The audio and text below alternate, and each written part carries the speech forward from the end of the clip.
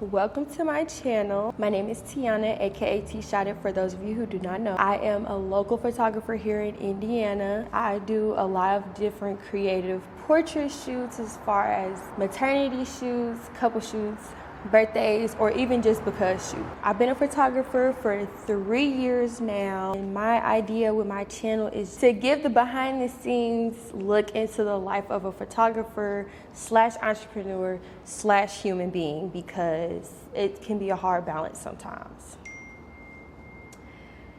Seems we have a message. It says, "Hey boo, when will my pictures be ready? Just checking in." We'll address that in a second. It's okay. Anyways, you can also follow me on social media. I'll list both of them down here for you to follow. Make sure you like, comment, and subscribe, and stay tuned for the next video. So this video is going to be my unpopular opinions of being a photographer slash studio owner. Emphasis on my opinion. This is my personal opinion. Everybody will have their own opinions. So if you do not agree with my opinion, let's just agree to disagree. So we'll start with being a photographer first. First thing on my list of unpopular opinions of being a photographer is that you should always book the best photographer for you. And when I say book the best photographer for you, I mean do your research on them. Look at their work, see their style. Do you like their style? Do you like how they edit? Do they really edit a lot, or do they really just do a lot of natural shoots? And if you don't want anything edited, that's fine. If you want something that's extremely edited, that's fine too. But don't go and be like, okay, I like this style shooting, I like how this photographer did this, but I want to book with this photographer because it's a little cheaper, it's more in my budget. It's okay to have a budget, but you also want to keep in mind that you're getting what you pay for. So if you want to go with a cheaper option, sometimes your results are going to be cheaper results. If you want something and you see that this photographer can do the exact look that you want, and of course they live where you could travel or you have access to them, but if they can do exactly what you want, you should book with that photographer instead of going to another photographer and be like, hey, I know you don't really Photoshop or edit anything. I've never seen anything like that on your page, but can you do this for me? Because 9 times out of 10, they're going to tell you no, because that's not how they shoot. That's not their style of editing.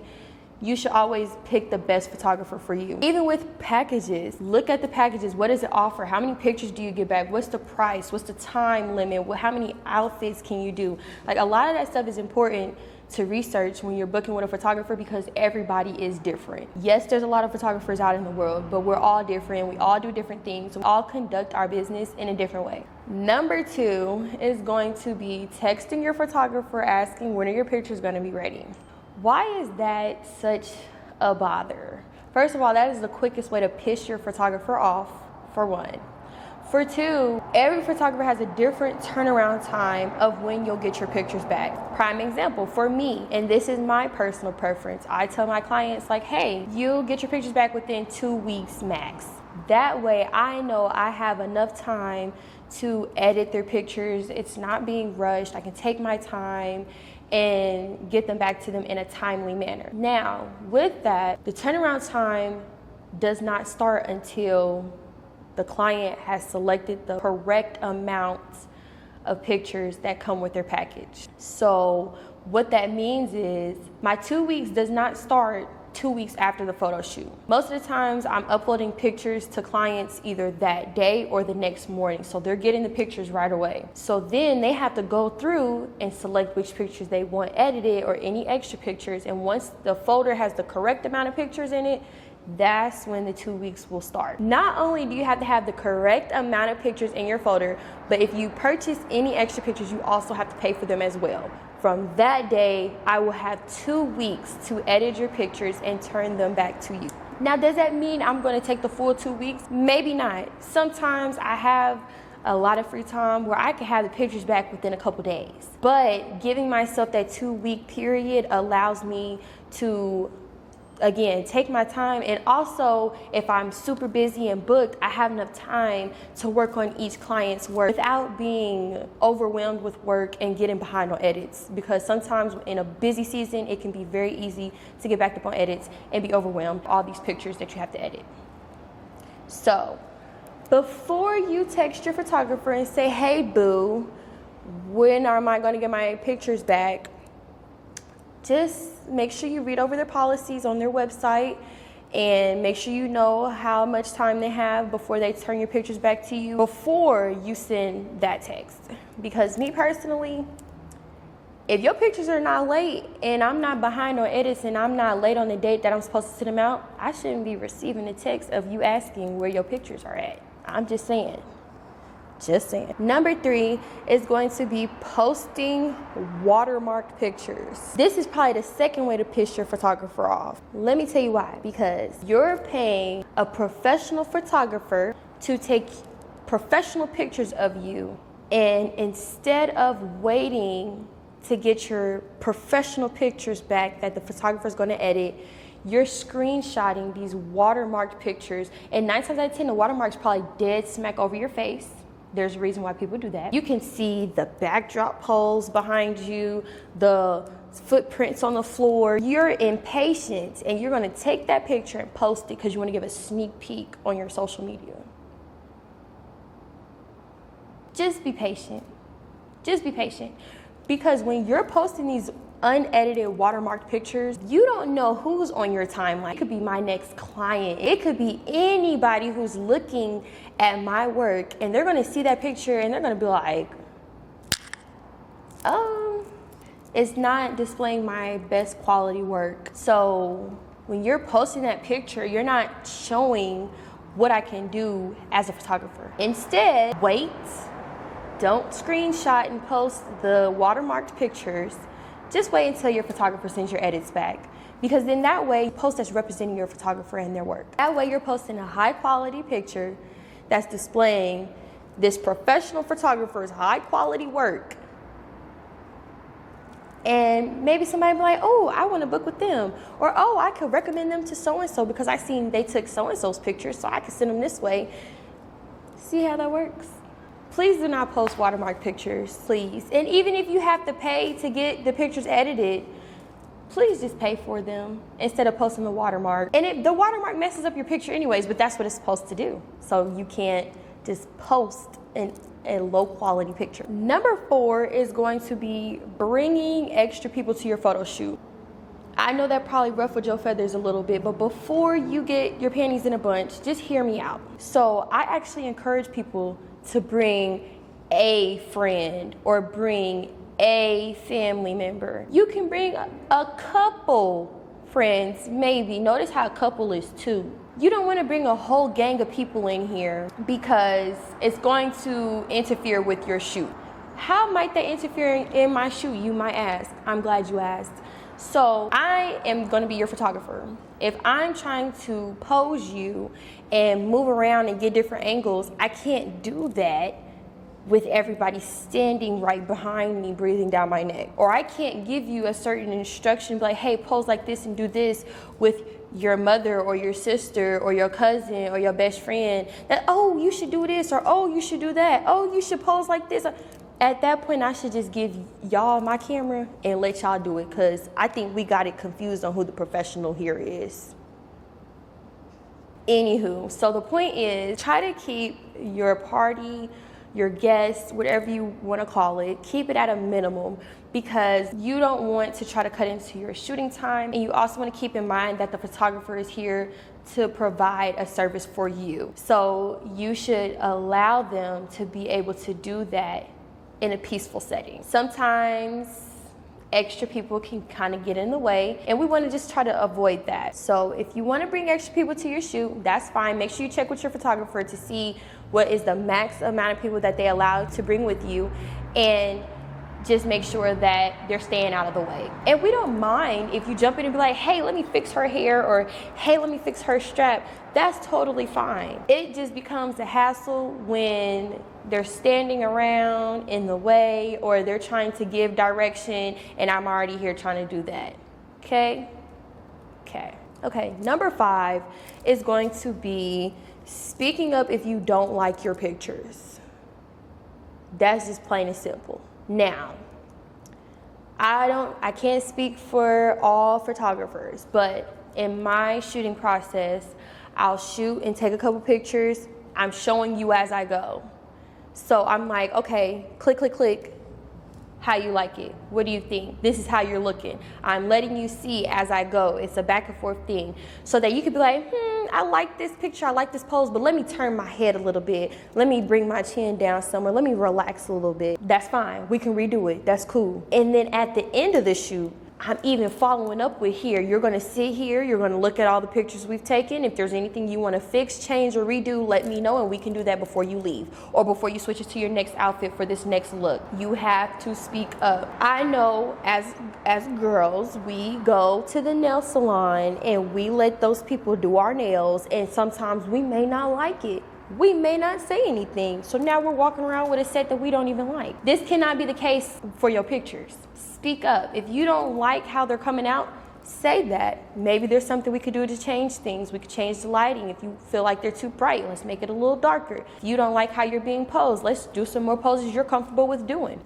Don't tell your photographer, oh my gosh, I love my pictures. These are amazing. I love them. I'm so excited to see the edits. And then you get home and you're looking at them and you don't even like them. And then you probably don't even post them. And then now I'm texting you because I personally, as a photographer, I don't post pictures until my clients post them. So now I'm sitting around waiting to post some pictures that I think I did really good on. The whole time the client don't like them. And now I'm trying to text you and say, hey, I noticed you didn't post your pictures, but do you mind if I post them before you do? And then you're like, yeah, that's fine. I just really didn't like them. When there could have been something I could have did to change how we were shooting, to make you feel a little bit more comfortable, or to just make the outcome a little better for you. Always speak up. Always speak up. Number 6, and this is the last one under the photographer category. So this unpopular opinion, it is going to be, make sure you come ready. When I say come ready, you don't have to come with your outfit on. I have a space that you can change and change it to your outfit, that's fine. When I say come ready, your makeup needs to be done. Your hair needs to be done. You need to have lotion on. Your nails and your feet need to be done. All of that needs to be done before your appointment. You should not be coming in here, I still gotta get dressed. I still gotta curl my hair. I still gotta get my makeup done. I gotta throw on some press-ons or paint my nails and paint my toes. You didn't book enough time for that for this session. We are on a time crunch. We're on a time limit. When you show up to your photo shoot, make sure your makeup is already done. Your hair is done. Everything is, now touching up your makeup, touching up your hair, that's fine. But coming in here doing a full beat face and installing and curling and doing everything you gotta do, that's eating away at your time. And sometimes I can be accommodating and say, you know, okay, that's fine. I can work with it. I can work with it. But other times you gotta be mindful that whether the photographer owns the studio or not, if they're renting this space, whatever the case may be, they are on a time limit. So either 1, I could have a client right after you, or 2, it's somebody that's shooting after me. So you just have to be mindful of the time you're booking, because coming in having to do all of that, it's gonna eat into your photo shoot. So just be mindful of that, okay? Now we're gonna switch over to unpopular opinions of being a studio owner. Quick little backstory. I did not expect to be a studio owner this soon in my photography career, but here we are. I love it here. I wouldn't trade it for the world. And if I had to go back and do it all over again, I would do it the exact same way. So first thing on my list is going to be take the risk. Everyone asks me, how did you know you were ready to own a studio? How did you know this, or how did you know that, or what made you do this? Do you like it? Do you love it? Do you hate it? Take the risk. One thing I've learned, the bigger the risk, the bigger the payout. Yes, of course. But my business and me being a photographer was a gift from God. So me being given this gift, I must believe in it and have faith that I wasn't given this gift just to not succeed in it, period. Me getting my studio, it was unexpected. It was a huge risk, and I've always been against it for now, because I feel like eventually later on in my photography career, I did want to have a studio and do that. I didn't plan on doing that right now, but see, I was too comfortable. But I took the leap of faith and jumped off the porch, and I did it. I always would say my studio would sit empty. I would just be wasting money paying bills. I wouldn't have steady clientele. Whatever self-doubts I put into my mind was literally just me blocking my blessings and holding myself back. When in reality, my studio doesn't sit empty. I have a nice flow of clientele, and I'm not just wasting money on bills because the studio actually pays for itself. So take the risk and do it scared. Have a little faith, even if it's the size of a mustard seed, but take the risk no matter what. What's the worst that could happen? Number 2 is going to be ripping backdrops or breaking equipment. My grandfather always tells me that nobody takes care of your stuff better than you will, which is very true. A lot of times, like, I'm not very strict on ripping backdrops or if you break something. I don't mind, but let me know, because I can't fix something that I don't know is broken. If you just so happen to rip a backdrop, throw a little piece of tape on it. If it's a huge rip, let me know. I might just cut it. I might just go get another one. If you break something, just shoot me a text. Hey T, I accidentally, broke the umbrella. I accidentally broke a light. It's fine. Guess what? I got insurance. It's covered. I can get it fixed, but I can't fix something that I don't know is broken. So just let me know. And it's no big deal. I'll go get it fixed. We'll be good. To the beat, okay? Okay. Another thing too, them backdrops are not cheap. They're not cheap. So don't cut somebody's backdrop without their permission. Better yet, don't cut it at all. Just let them know, hey, you might want to cut that. Okay, because again, they not cheap. They're not cheap. It's 9 feet of paper. That's not cheap. Keep that in mind too. Don't be out here cutting people's backdrops, please. Thanks. Number 3 on the list is going to be being mindful of your time. Okay, so when you rent a space, sometimes, again, I'm not very strict on time. I don't want to be the time police. I don't want to be like, hey, you running over your hour. I really don't care. If it's a day that you're the only person that's booked the studio, I'm not going to be like, you went over your shoot 15 minutes. I'm not tripping. It's cool. You needed a little extra time to clean up or whatever. Maybe your client got here late. That's fine. But on some days, if the studio is booked back to back to back, and I mean hour by hour by hour, allowing you an extra 5 to 10 minutes to clean up, that's fine. I get it. Stuff happens. That's cool. But you also got to think too, it's somebody after you. If you go over your shoot 20, 30 minutes, you're cutting into that person's shoot and that person's client's time, and then you don't know if they have a client after that, or it could be somebody else after them in the studio. You just have to be mindful and considerate of the time that you have booked. If you need a little extra time to set up and clean up, book that time. It's already set up in your time that you've rented the studio. If you need a little extra 30 minutes, book an hour and 30 minutes. If you need 2 hours, book the whole 2 hours. It's better to have more time than not enough time at all. So just be mindful of the schedule, and if there's somebody after you, and even if it was the person before you, I'm gonna tell them the same thing. Be mindful of your time, because it could be somebody after you and you could cut into their stuff in their time. Number 4 is gonna be cleaning up after yourself. What do I mean by cleaning up? I don't mean you gotta clean the whole studio. If you use a backdrop, roll the backdrop back up. It wasn't rolled down when you got here.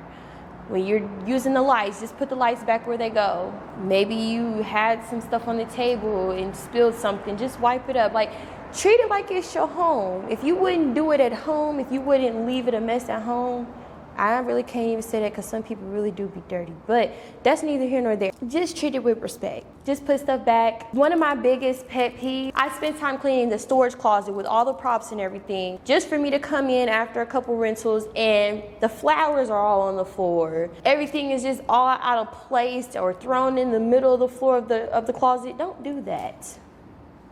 When you walked into that closet before your session started, it was nicely cleaned, organized, everything was neat and in its own place. Make sure when you're cleaning up that it looks the same way when you go to leave. Please and thank you, that's all I ask. Number 5, and this will be the last one altogether. Number 5 is going to be looking up the studio availability. So the way I run my studio is through Acuity scheduling. So all the availability and everything is listed online.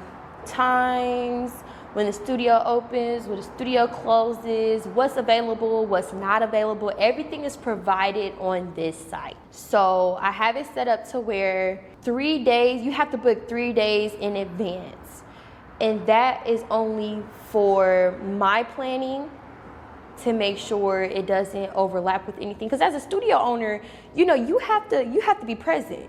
And I like to be present in my studio. I like for people to know who I am, who owns the space, and I like for people to know me personally and just make a better experience for people in my space. Having it set for 3 days out just gives me a better chance to plan accordingly when it comes to operating my studio. So maybe you have a last minute booking, same day or next day, whatever the case may be, whatever it is, it's blocked off and you can't book it yourself.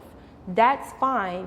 Shoot me a quick text. Hey T, do you have this available? Or hey T, is the studio open this time on this day? I know it's last minute, and I'm gonna be like, of course. Because most of the times it be open, and sometimes I'll be like, hey, this time won't work, but this time might. Does that work for you and your client? You know, I'm gonna work with you. But texting me saying, hey, is this day available in this time, and it's a month out?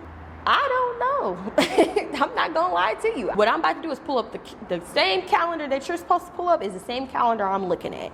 So before, you know, shooting a text, just be like, okay, here's the site. Let me look at it first. Let me look and see. Because everything that's not available is not gonna be listed on there. And even if it's not listed on there, still check with me because it might just be whatever, it's some reason, just double check with me. Just double check with me and be like, hey T, I was trying to book this, but I see that it's not available. Is it still open or is something going on? Whatever the case may be, I'll let you know. And I'll be like, oh yeah, you sure can slide in this day or whatever the case may be. Just always double check, but that's only if it's blocked off. If you were just booking a regular appointment, book through the site on the calendar. Yes. Well, that wraps up my first official video. Round of applause. The sun is starting to peek in from my windows on my face, so little golden hour action. But I appreciate you watching all the way through if you made it to the end, I appreciate you watching, staying the whole time. Make sure, again, you like, comment, and subscribe. And then just stay tuned for the next video.